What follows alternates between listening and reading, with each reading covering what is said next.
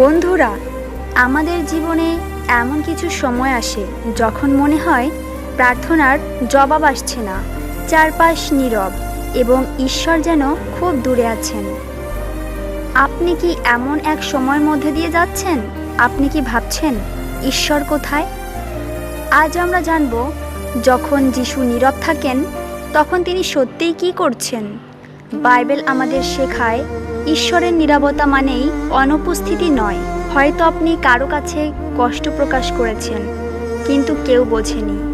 হয়তো কেউ অবহেলা করছে বা কষ্টটাই ঠাট্টা করে উড়িয়ে দিয়েছে।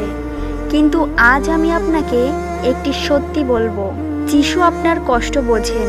তিনি শুধু বোঝেন না, তিনি সেই কষ্ট নিজের মধ্যে অনুভব করেন।